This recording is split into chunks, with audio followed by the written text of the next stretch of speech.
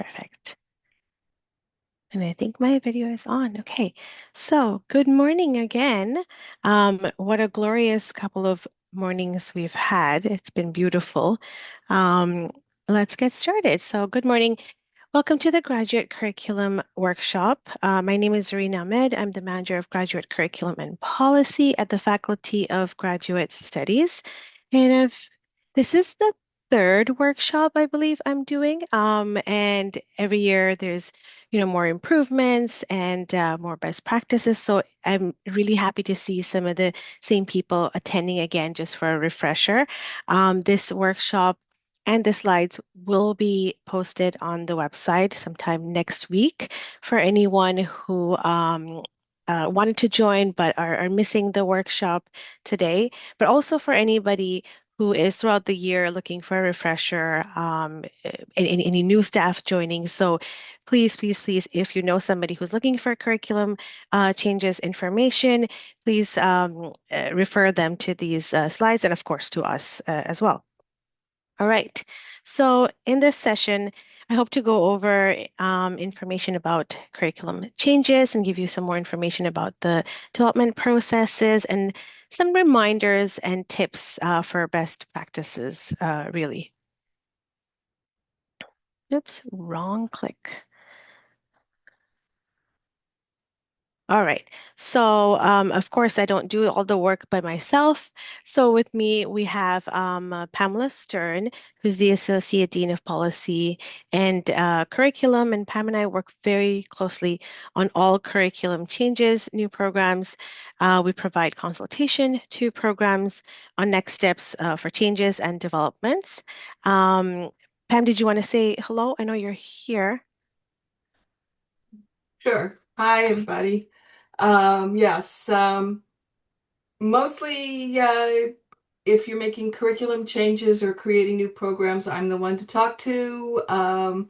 And Zareen has information about all kinds of other things. Thank you, Pam.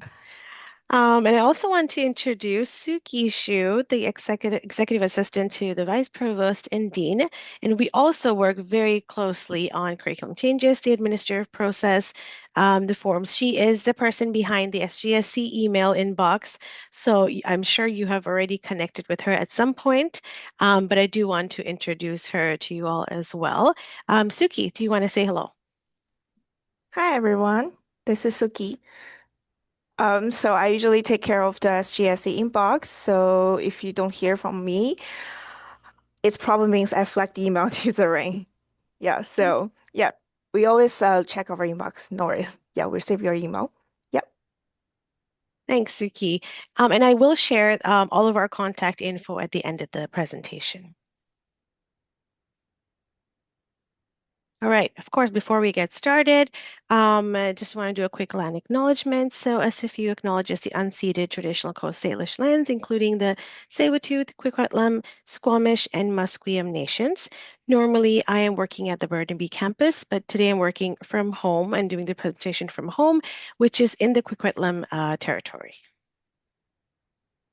All right, so here's a bit of an agenda. I have booked an hour and a half for this session. I do plan to end early to give you enough time to have your questions answered. So we have a built-in time for Q&A.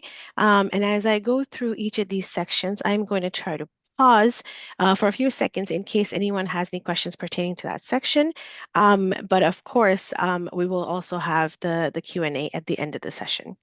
Um, Mainly we'll go over like kind of the approval steps, kind of yeah, just so you understand the different steps and processes and the approval stages that go any changes go through, the deadlines, and then we will go through helpful tips for forms such as the new courses, course change, program changes, and samples for those as well. And kind of the things that we see, the helpful tips that we can provide, and then other things such as reminders, memos. I forgot about memos, and then we will go over those samples as well. Okay, so initial draft of any curriculum changes. Of course, start at your department, feedback from your staff or faculty, the initial draft, which is work done by your staff or faculty at your department, and you are welcome to reach out to us, to FGS. We encourage you to actually to reach out to us at any point during the process, but definitely when you're first starting off, just so you're not investing a lot of time. And this could be just a small program change, doesn't have to be a new program. Any kind of changes that you're thinking, oh, this is our vision.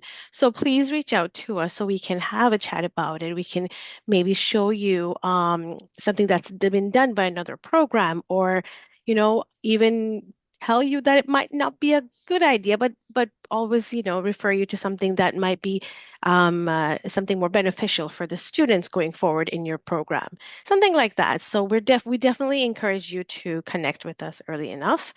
The next step would be approval at your department curriculum committee. If you are from a non-departmentalized faculty, then this step is skipped and you know who you are. The next step would be the approval at your faculty curriculum committee. And so all these steps are kind of happening before anything comes to FGS. But like I said, you are welcome to still reach out to us. So after this step, we receive your package for SGSE approval. So before SGSE approval, actually, it is going to go to something called a pre-SGSE, which is which is when feedback is provided to programs after pre-SGSE, and then after that review, we will be connecting with you with feedback from the committee, and then ask you to submit revised forms before we send it to SGSC. So this is also the committee, the pre-SGSC's internal committee that sets the agenda for the SGSC committee meetings. Okay. Next step, once it's approved at SGSC, there's kind of two routes depending on the changes. So if it's for like minor changes, it'll go through Senate directly. Let me just show you that. For any major changes or new programs, changes over 30%, and 30% means throughout the lifetime of the program or program terminations, anything like that will go to SCUP first, which is the Senate Committee on University Priorities, and then it follows through to Senate. A few more slides that I go through it'll make a little more sense for anybody who's a little bit confused, but I just wanted to kind of lay it out for you all here. Next step will be approval at BOG, and then it goes to the ministry, which is only for new programs, of course, and then the final implementation, and then the published calendar, which will have the changes, which is from new program to program changes to new courses. So of course, everything is on the calendar. Okay. Before I move on, any questions at this point? I mean, I guess I have a couple more slides about approval stages, but okay, we'll go on then. Okay, so approval stages. So kind of to further break it down, before I show kind of the deadlines and like the nitty-gritty. So the major difference between the minor program changes and the major program changes, because you'll see one on the left and on the right, is the SCUP that I talked about, that extra approval stage. Minor program changes, new course changes go through the department, the faculty, SGSC, and then through Senate. And then major program changes, we have that extra approval, so which will delay a little bit more. And that'll make sense because I will show you the dates and deadlines because we have two sets of dates and deadlines. And so there is one extra, like I said, approval stage. One thing I wanted to mention was the 30% changes that I was talking about for any major program changes. So what does that mean? It could be increase of units, it could be tuition changes, and it could be change in completion options. We actually at FGS also don't always know what would be constituted as a 30% change. That is where UCIL comes, and I will talk about them later, but that's the university curriculum liaison. I have their full, I will tell you later, but the UCIL office is who will be who has our connection basically or liaison with the ministry, and they will be able to tell us the 30% changes, or they'll be able to check. So, and they're actually happy to talk to any programs at any point if you are making any changes. So they are also a good resource to have that conversation with if you are looking to make those kinds of changes. Okay.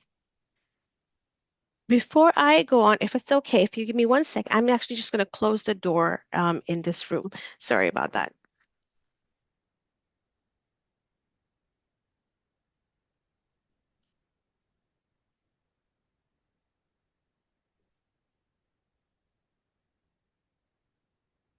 Oops, it brought me to this bit.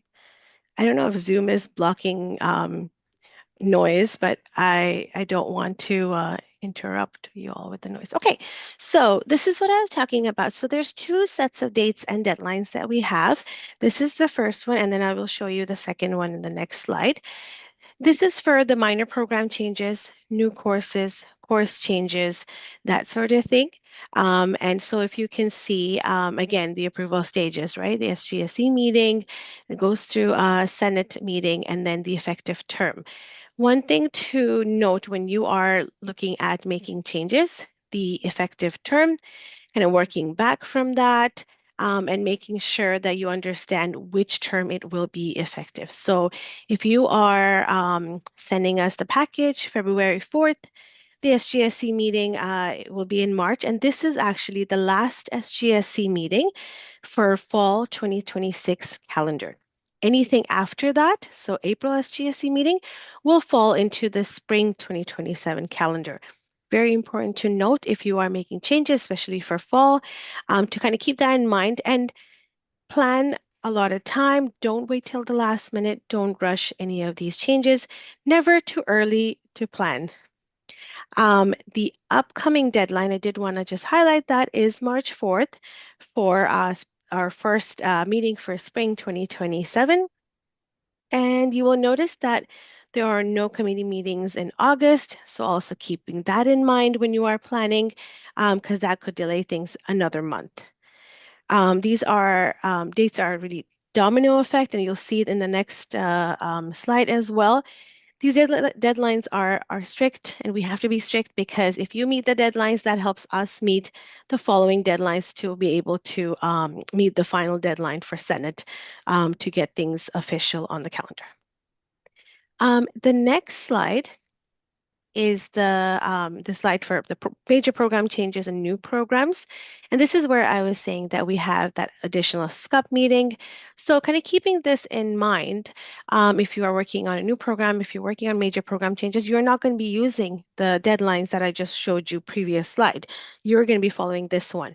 So in this one, you'll see that for fall 2026, the last meeting is much earlier. So just kind of keeping that in mind, everything is going to be a little bit delayed, or just additional time required for that. Um, there's a couple of things in the chat. Are those questions? Suki, are you able to tell me if there are questions? Sure. The question is about what information does UCIL need to determine the 30%? Do they need a full draft of the proposed changes to compare to? Um, That, sorry, there's more? No, yeah, Pam, yeah. when we get to when we get to program changes, I'll address that. Okay, let's put a pause on that one then. Yeah. Okay, Suki, is there another one then? No, that's the only one. Okay, thank you so much. I'm not able to see that, so I'm just asking Suki to help out with that part. And then, oh, yes, the other point I wanted to make here is that the effective term for the full program proposals for new programs will be a little bit more spread out or delayed because they go through further stages of approval. And then again, when we talk about the new programs in the new program section, you'll see what I mean by that for the additional stages. Okay. I'm going to pass it on now to Suki to talk about the some of the forms in the next few slides. So Suki, let me know when you're ready for me to just switch through the next slides. Okay, thank you, Zareen. So it's my turn to walk you through some exciting forms. Let's begin with this new courses. The the first link we provided here, have some forms and samples and themes we post on our website. Please always check our website to use the most up-to-date version of the form before you begin to fill out everything. And for the new courses specifically, we require an overlap check. And this must be done by your associate dean prior to submit it to our office. And when you submit it, the course outline is also required. And if the graduate course is equivalent to an undergraduate course, then you have also need to submit the undergraduate course outline. And one more information here is that when you have the new course form ready, you should need also submit the form and outline to the library. If there's a link, you could check for more information. We will post our slides later, and you can go through this link to get more information. Next slide, please.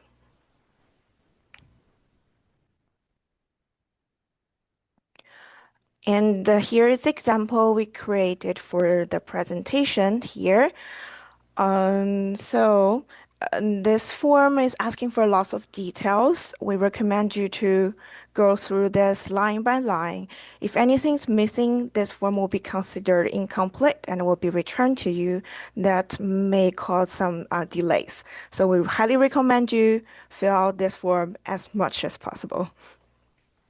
So the top part is the basic details about this course, the course subject, the course number.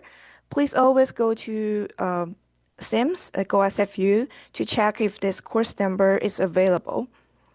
And for the course titles, it has a character limit. And please note the spaces are also considered as the characters. And the description here, it's also have some tips and limit and rules. The maximum word count is 50, and please avoid using this course will, the introduction, this course introduce or similar things to begin your sentence. We want you to dive into the course content directly.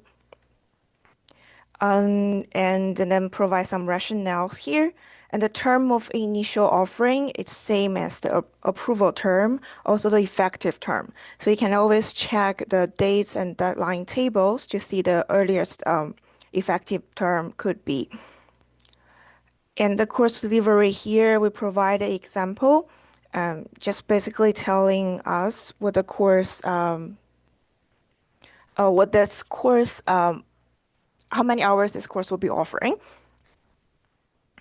and the frequency of the offering, and how many students are expected to enroll in each course.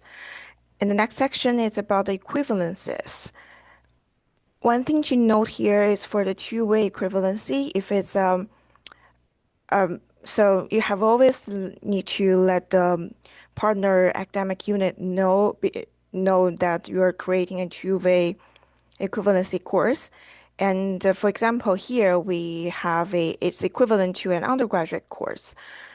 So we have to inform the undergraduate team, and then they also need to submit the course change form to make it two-way equivalency. And the section below here, I ask you for more details. Just fill out this part with appropriate information. And once again, at the bottom of the form, we have the revised date of the form. So check it again. Make sure you use the most up-to-date version. On the page 2 of the form, we first ask for if this course is allowed to be repeated for credit and some details for this one. And then we ask about if this course is combined with an undergraduate course. If yes, then here we need more information, and don't forget to fill out the equivalency section for this uh, undergraduate course thing, and also attach the undergraduate outline. And the resource section here, the committee is always expecting you provide more than one faculty member as the resources, because just in case the primary instructor couldn't teach, and you have some backup plan here. And after that, there's the contact person information. We may need to reach out for feedback, for suggestions and questions. So always make sure this section is filled. And after that is the approvals. We need the approver's name and also the signature, the date. And here two reminders to ask you attach the outline and also do the overlap check. And I see there are some questions in the chat probably. And confirming that we will share the slides after this session. And just pause for a little bit. Any other questions? Okay. The next slide, please. Yes. There you go. Okay, and then this is about the course change. It has a relatively shorter form comparing to the new course form. And once again, always use the most up-to-date version of the form. And one common mistake for the course change form is the to and from fields. Only fill the fields that need to be changed. If it needs to stay the same, just leave it blank. We will explain a little bit more, or it make more sense when it comes to the example. Next slide, please. Okay, so the very first common mistake or miss is the course subject and number box. We please always fill this the entire course, not just the number, but the course subject and the course number together. It will help us identify the course more straightforward. And also one thing to note at the top part here for the course subject number, the units, and the course title, please always fill out the original information. For example, if you need to change the course from 3 unit to 4, and here you should fill out 3 instead of 4. And again, effective term, check it in our table, and then provide a rationale for the course change. And the next section is about the proposed changes, and check off all those boxes that apply to your change. And here comes to our from and to field. Just fill out the sections, the boxes that you need to change. For here, because we don't change course title, because we don't change course subjects and units, so those parts are blank. But we need to change the title. And then for the description, again, avoid using introduces, introduction to, or like this course will. Just go to the content straightforward. So it's better for you to meet the word limit. And we also made some changes for this course with the prerequisite and also the equivalent statement. And we're doing a little quiz here. Do you see anything is missing for this form? Feel free just type in the chat or turn on your microphone and just say.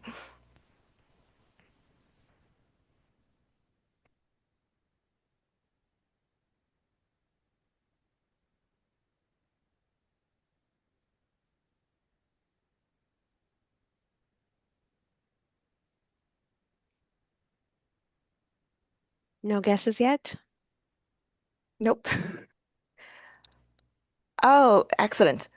I see that you correct answers. Yes. So because we make changes for the course title, but we didn't check off the box there. So that's a miss. And on the page 2, once again, it's the contact information, and we need the signature from each approval levels. Then this one is relatively simple.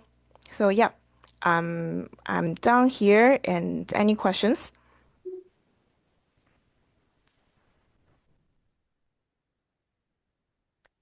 Okay, so Zareen, I'll pass it back to you.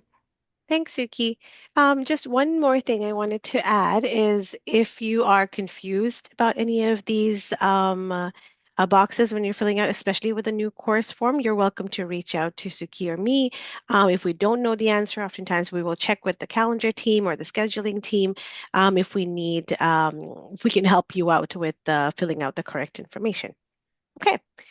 Moving on to program changes, again on our website, which actually I should mention that we have recently reviewed our website and revised some of the content. So you will see that there's some information that was, of course, outdated or not relevant. So every now and then we do take a look at the website and a review, and so that has been done now and we have a revised website, the content anyway. And so you will see some of the changes there on different pages. All right, so program changes.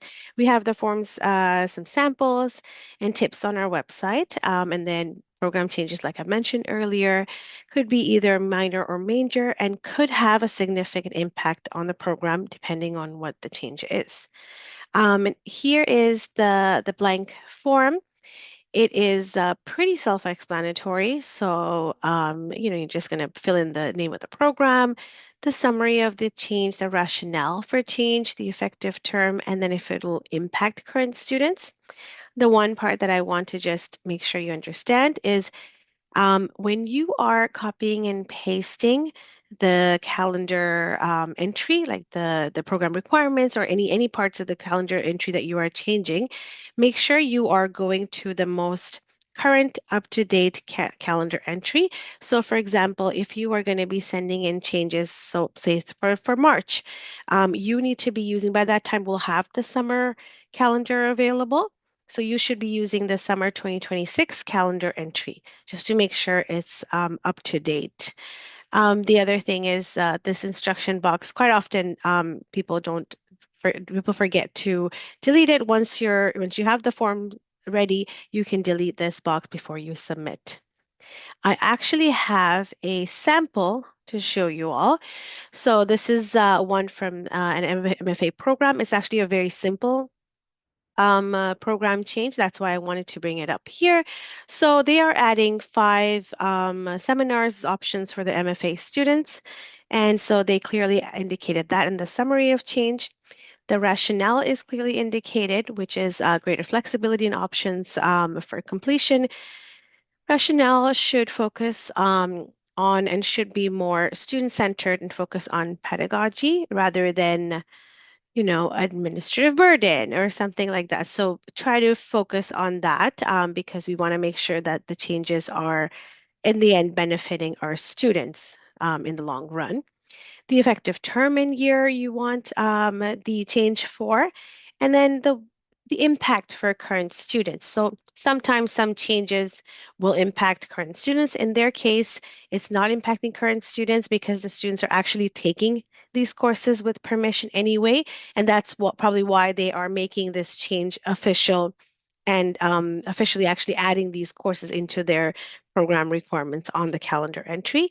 Sometimes there will be no impact, and sometimes there will be impact. And so then we want to just see a bit of a plan of what you will be doing to make sure those students are also served accordingly. Next part here is the main part of the changes.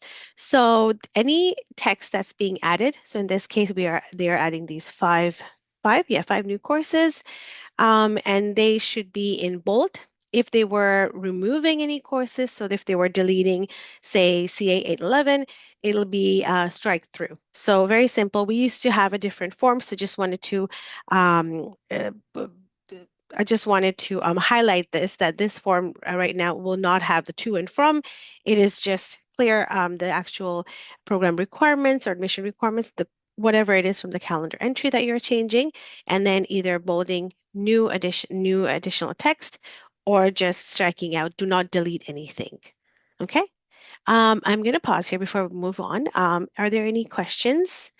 in the chat, Suki, or anybody else have any questions? There's no question in the chat. Okay, thanks, Suki. All right, then let's move on to memos. So memo templates are also available at our curriculum website, and they are required for every stage of approval. And you'll see that there's memo for everything. It doesn't require, we don't need separate memos for each change on the SGSE memo. I will explain that later when we see a sample. So one SGSE memo can have all the changes within a faculty. This will not make sense right now until you see it, so I will explain that part later. And for all submissions, we require a faculty GSE memo, which is addressed from the GPC, the department chair, to the faculty associate dean or whoever the representative is at SGSE. And this is not required for non-departmentalized faculties. And then we also require one SGSE memo. And this is a memo addressed from your faculty associate dean or rep at SGSE to the chair of SGSE. Okay, let's look at some examples so it all makes sense. So here's an example of the faculty GSE memo. Just a few things to go over. So here you can see it's addressed from the GPC to the associate dean of the faculty, and they are also the representative at SGSE. Again, not required for non-departmentalized faculties. This whole memo, and then on the correct letterhead, the date is there. The effective date. The effective date for the actual curriculum change is also mentioned in this memo, as well as the summary of changes being submitted. Okay, I think that, yeah, and of course a signature. And then we have the SGSE memo, and this is the memo that comes from the faculty associate dean or the rep on SGSE to the chair of SGSE. And then we have, of course, on the letterhead, the date of the memo, the changes of the summary of changes being submitted. This is what I meant when I said that all changes need to be from a faculty need to be on the same memo. So for example, in this we have two changes for archaeology. If we had changes for geography from the same faculty from REM, so ideally, all of that should be included on the same memo just to keep things a little bit more cleaner for when we send things to Senate and the official documents are then posted for public. Okay, signature. And what is missing here based on what we've just talked about with memos? And Suki, if you keep an eye on the chat, if you can just put it in the chat, or if you want to unmute yourself, there is something that's missing on this memo, which needs to be added.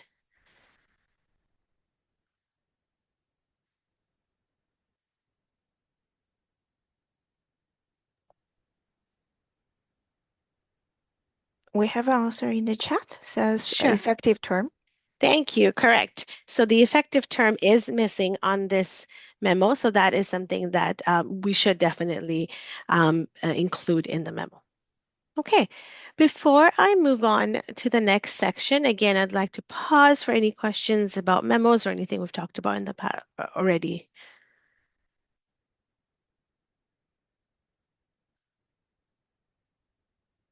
Okay, let's move on then. Okay, now we're moving on to some big stuff, new programs. So new programs, there's a bit of a twofold thing here, and I'll say definitely the process is much lengthier than the changes we just discussed, which is why we were talking about it later.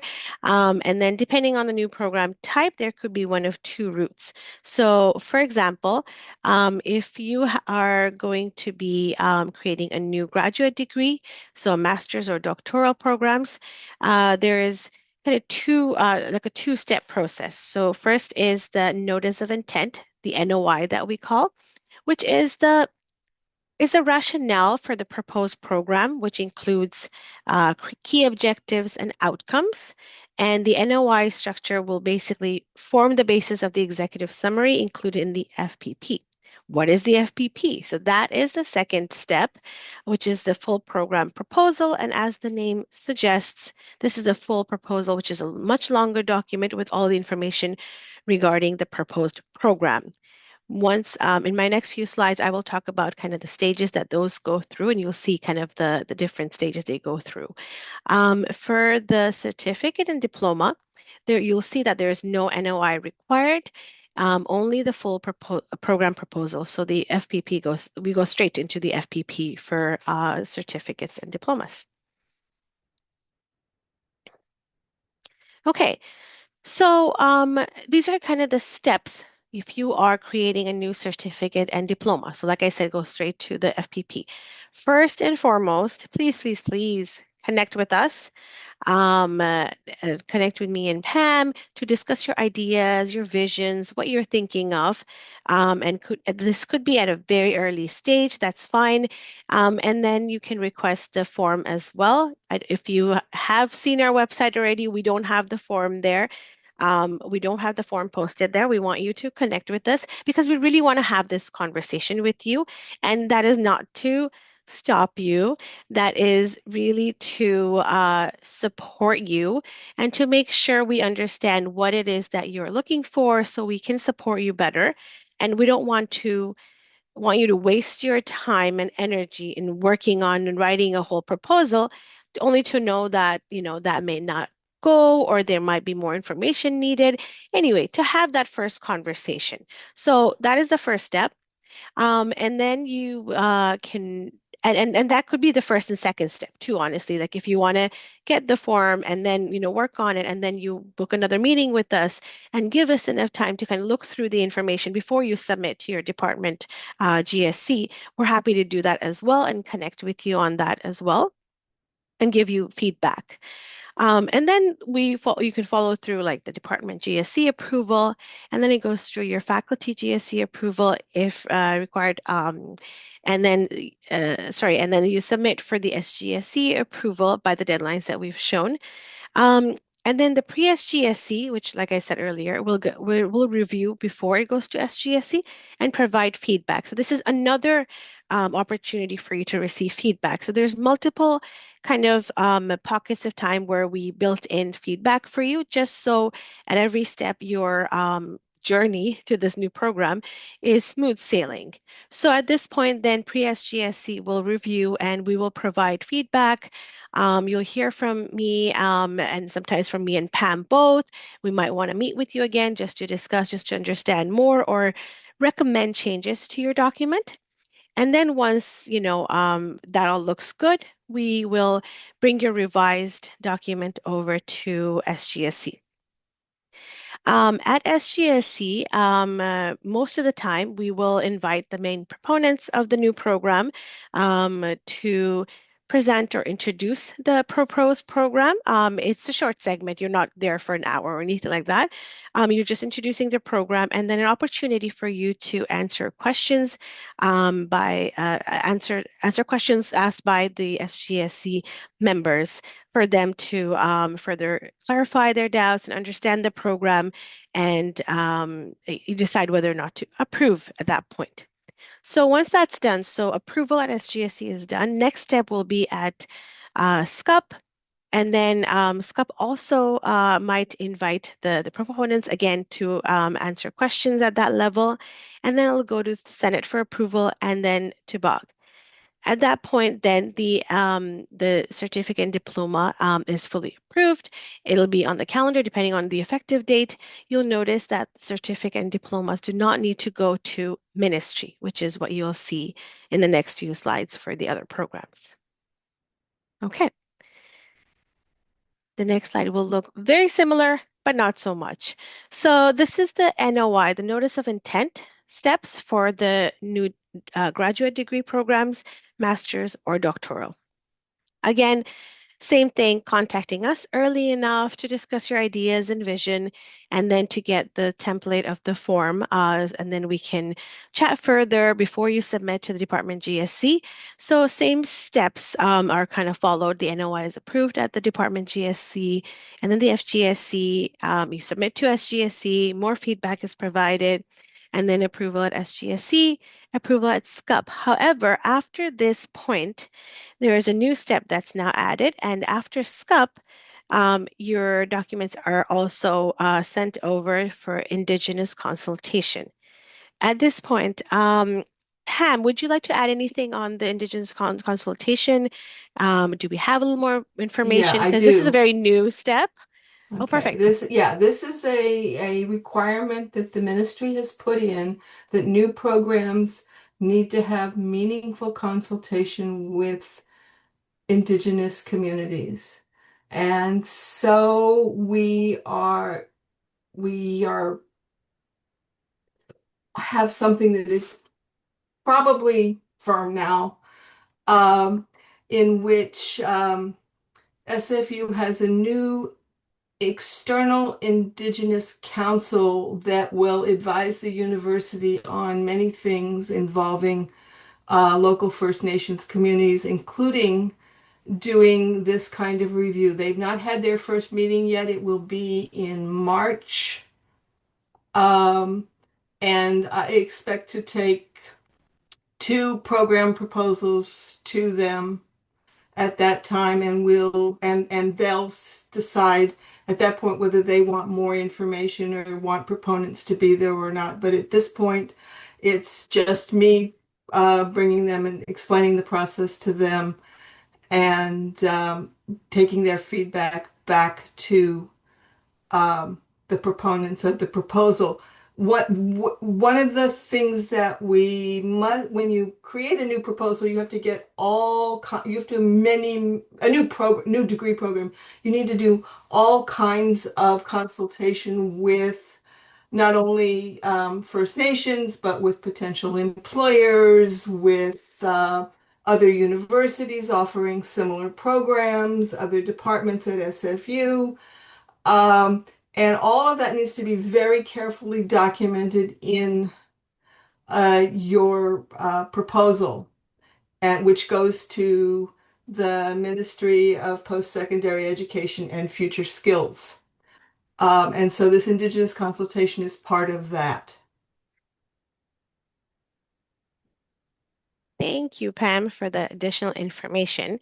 Um, if I can move on to the next step, which is talking about the FPP, that's the full program proposal. I do also want to mention that while the NOI is going through those steps, you are welcome to also start talking to us and then request this template too. And you can start working on it, not to finish it yet, but you can start working on it just to develop it a little bit further, or start to work on it. So you're making up some of the time kind of thing. Um, and again, it goes through the same kind of approvals at the beginning. Again, Department GSC. Actually, let me just pause here. Before that, I want to again mention that you are welcome to connect with us. We want to help you out with this and with the FPP as well. Just because your NOI is going through doesn't mean that we don't want to see your FPP, because, like Pam said, there's a lot of other information that's to be added on this form as well. And it's not the exact same form as the NOI. It's much more extensive.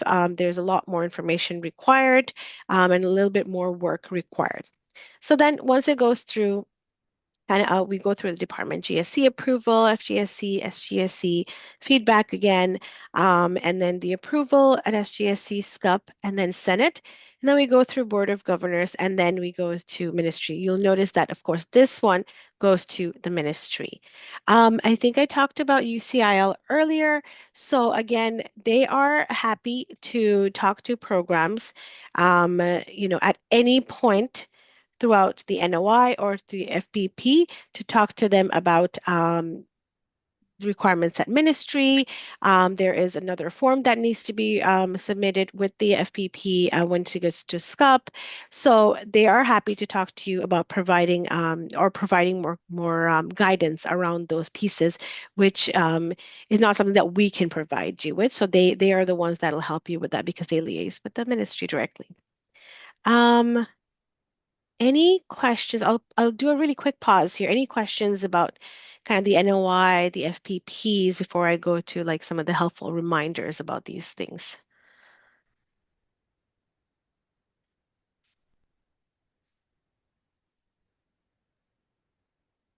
Okay, let's move on then.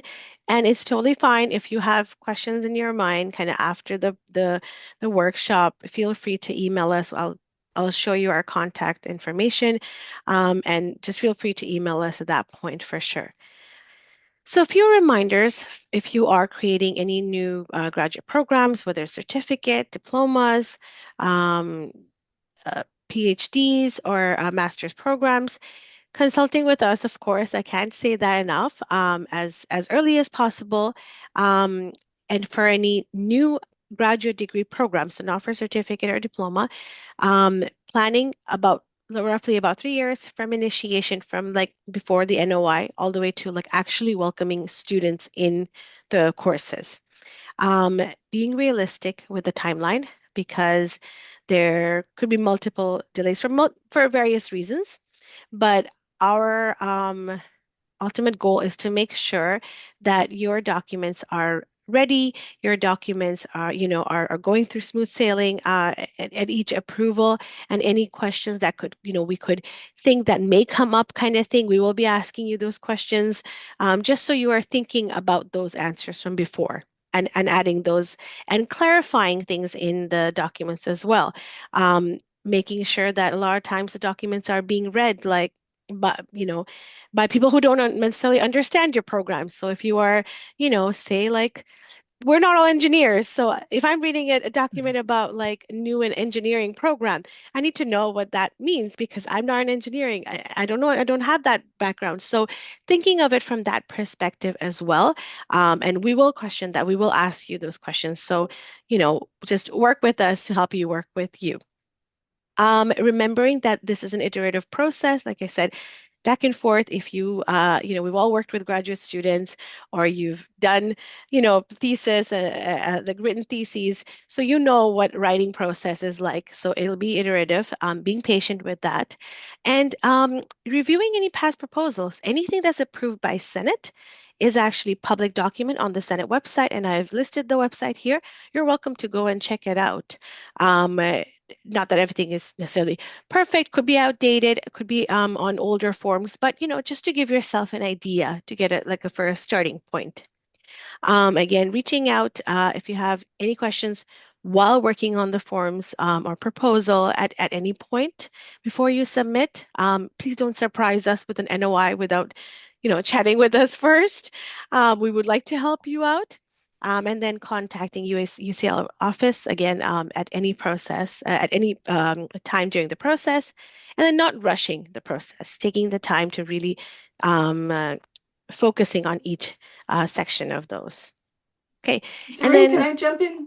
yes, please do. Yeah, yeah. So I want to reiterate that we want to help you get your programs the way you want them to be in order to provide the best pedagogical experience for your students. And we ask hard questions. They're the hard questions that are going to get asked later on down the road, and we want you to um, solve those problems early rather than getting turned down. And things can get turned down at any point along the way. And you don't want to put 3 years work into developing a full program proposal and then have the ministry turn it down. Um, and yeah, and I want to reiterate, these are public documents. After they leave our office, anyone in the public can see them. And so we want to put things on them like our rationales for doing things. They need to be pedagogical reasons. A lot of times we want to do things for administrative expedience. We don't want to write that on documents. Um, there was a question about, making changes in programs. Sometimes programs need to be changed. Either they're out of date or things just aren't working. Um, and it is okay to make changes to programs. Very small changes are easy, no problem. Anything that makes a what would be considered a major change, and what 30% is really open to interpretation. But if it's going to be, you can tell whether it's a big change or not. The ministry has approved a particular program, and we are required to deliver the programs approved by the ministry and not a different program. And so that's where we get fussy about that 30% rule. So if you are changing the whole focus of a program or eliminating a lot of courses, um, and having the students, do much less coursework, that could be considered a 30% or 30% or more change, and those add up over time.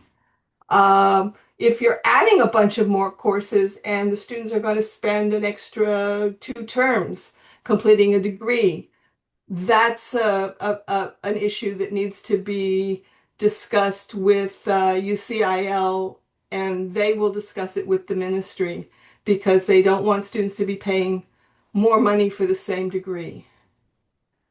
So those are the kinds of things, but you can discuss, those kinds of changes with us, and we really encourage you to do so. Often you have either administrative or pedagogical problems, and you think of one way to solve them, but it might not be the only way. And we can often, if you can discuss those with us, we can often point you into ways that might be more likely to be approved. All right. Thank you so much. Yes, absolutely. Cannot agree enough. Um, Moving on, shifting gears a little bit. So these are kind of reminders of new programs. I can pause a little bit if there is any questions about new programs, because the next slide I have is kind of general reminders. Let me see if there's anything. Okay. And this is more general curriculum change reminders, not just for new programs. So like I've already mentioned, starting the process of any kind of changes early. It's never late, and at least start to think of it, reach out to us. Oftentimes you might think this is a change that we want to make. How do we do this? There might be other changes that are required with that we might even suggest. So definitely feel free to reach out. Always use the most up-to-date forms on the website. I think Suki also mentioned that. And then working off of the current published calendar. Rationale, like we both Pam and I mentioned about the rationale, focusing on pedagogical reasons for making any kind of curriculum changes or even course changes, memos and signatures we went over, and following correct or even knowing the correct approval process. So that also will help you with the planning. Submitting early whenever possible so that corrections could be made earlier. Sometimes there are more feedback, more changes to be made, and sometimes some other things kind of come up, and we want to make sure say, for example, your calendar entry needs to be more up to date or more aligned with the rest of the calendar. So that might take a bit more time. So, expect those kind of corrections also. Please double check your forms for spelling, for grammar. There's helpful tips for each of the sections on our website as well. So kind of just following those as listed on them. And then being ready for any revisions or clarifications, especially after you submit for SGSE. So when pre-SGSE reviews, there's often not a very long time for you to make any changes. So it's a quick turnaround time, but we really appreciate you being available to make those changes quickly so we can move them forward to the SGSE meeting for review and approval. And then again, contacting us if you have any questions or need clarifications on any of the forms. Okay. Just a few resources listed here. Our website, the SGSE, SCUP, and Senate document, the calendar, and here is the UCIL office contact, which you can reach out to them from. Okay, Now I'd like to actually I'm going to stop my screen so I can see you all finally, and then we can turn it to you. So for any questions, so please go ahead and either raise your hand on Zoom or you can put your questions in the chat as well.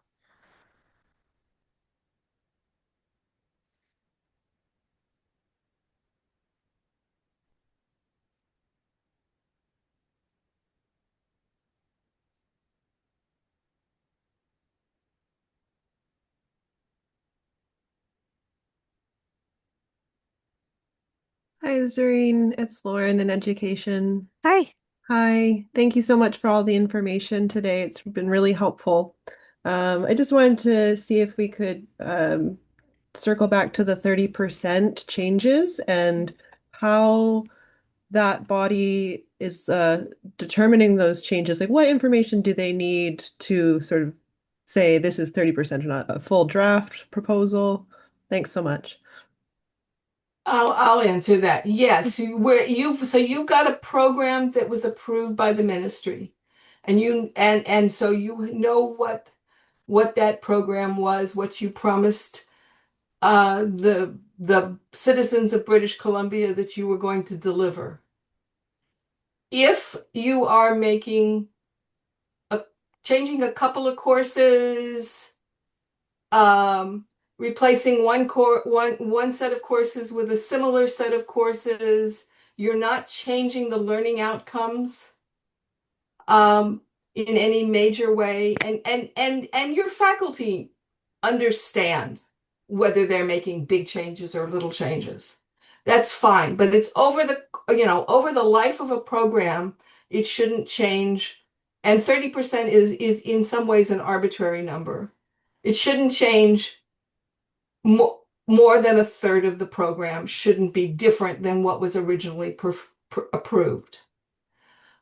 Um, if you are changing the length of the program, if you are adding new elements that are that the content that make the learning outcomes substantially different, if you are taking away things that make the learning outcomes different, then those need to be assessed to consider whether how different that is from what you were delivering, what you had promised to deliver when the program was approved. And we would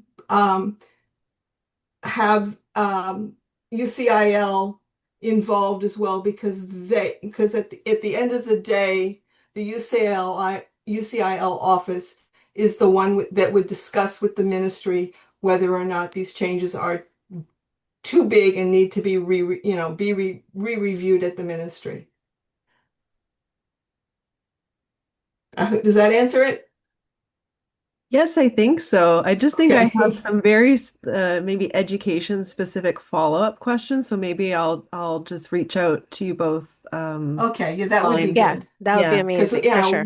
yeah, and we've been working with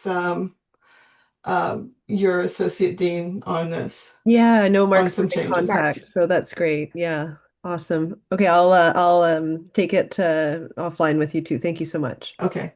for sure. Thanks, Lauren.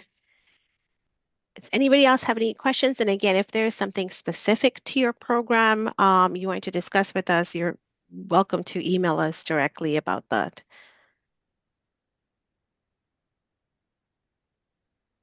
Give it a few more seconds.